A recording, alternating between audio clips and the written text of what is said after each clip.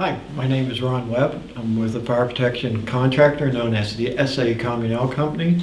We are a nationwide fire protection contractor who install residential, commercial, and major distribution centers. So today we're here to talk about in-rack sprinkler protection.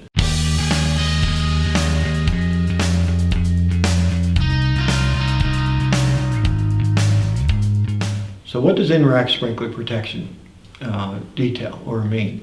So what happens is you have your typical sprinkler systems that are installed at the roof level. When that sprinkler system cannot be designed to protect whatever is being stored within their in-rack itself, you now have to install piping and heads within the rack. That's in-rack sprinkler protection.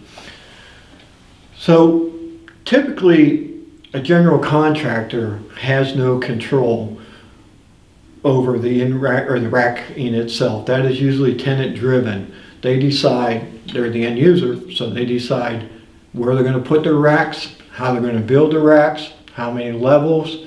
But it's important to have that information up front so that a lot of infrastructure can be done ahead of time and not at the end of the job. Infrastructure like, do we have the right size fire pump? Do we have adequate water? Is there going to be containment needed in like a flammable liquid situation? You have these sprinkler heads going off over flammable liquids. Well, you just can't have that running out into your warehouse, setting other things on fire. So that's why it's important that you need to be persistent and find out what are they going to be storing in the rack, which we call commodity. How are they going to be storing it? Because that has a big impact on these in-rack sprinklers. So depending on what they're storing in the rack determines how many of these sprinkler heads we need, how many levels of the sprinkler heads do we need. So levels, if you look at a typical rack, they store by levels. They set a pellet here, here, here. That's known as a level.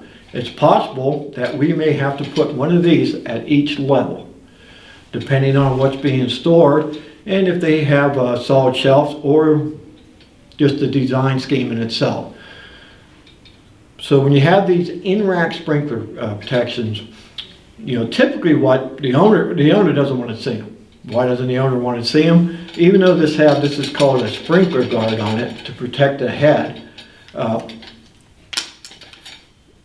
If you take a forklift and somebody rams it in there hard enough, even though this has to be a listed device, it's not going to protect that little glass bulb. You break that glass bulb, you now have water. Now, typically what you have to do is you want to place this piping and sprinkler head in rack, so allow them to slide product underneath it without hitting the head. So on a double row rack, there's single row racks, double row racks, multiple racks. A double row rack is just one rack by itself, 6 foot or less. If you picture a double row rack, it's 2 racks set beside each other and they have a space in between them. That's called a flue space. So typically you'll find this in the flue space. The skid comes here, the product comes here, the pipe's sitting there right in the middle, not getting hit.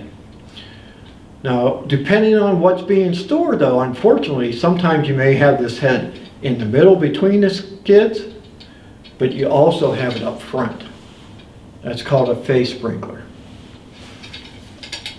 So it's important to know the racking, how high the racking is, what's being stored in it, and then there has to be close communication between the sprinkler contractor and the tenant or the end user. Why is that? Well, we don't want to install all this piping and then have them go out and say, holy cow, that ain't going to work. You're in the way of my product. Another thing that has to be considered is a lot of times this deflector, that's this piece here, has to be a minimum 6 inches above the product. Well, what that may increase the end user to do is he may actually, where he wanted 7 feet between each level, he may now have to go another 6 inches or so to get this deflector above the product. Again, you want to know that ahead of time not after the racks are installed. Rack uprights, that's the vertical members that holds the product. We need to know what the space of that is.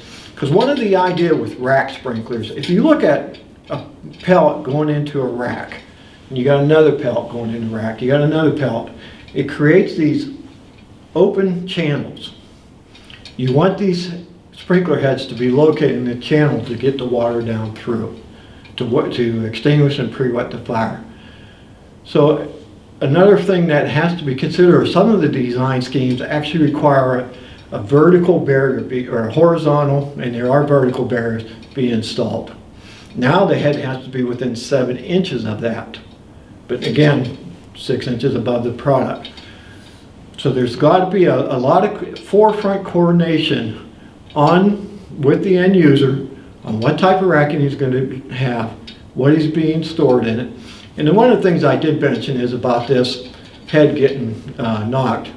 There's a requirement that if you have more than 20 of these sprinkler heads in a rack, it has to be on its own sprinkler system, its own control valve.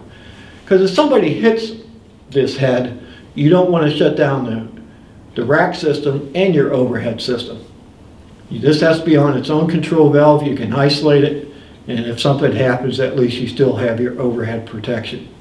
What that means now is an additional riser that's going to be placed somewhere out there at the exterior wall, which again has to be coordinated because you have doors out there and you want to know about that existing riser ahead of time so it can be planned accordingly. I want to thank you for this time that you've given me. I work for a company that, again, it's called S.A. Comunale Company. You can visit us on our website. Feel free to call me at 1-800-776-7181 or send me an email at ron, R-O-N, @ Comunale, COMUNALE.com. Thank you.